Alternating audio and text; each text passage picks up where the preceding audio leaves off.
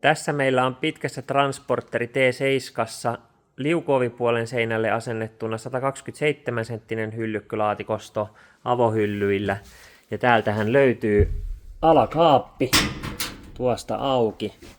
Sinne alle jää takarengaskotelo, mutta säilytystilaakin jää vielä ihan mukavasti.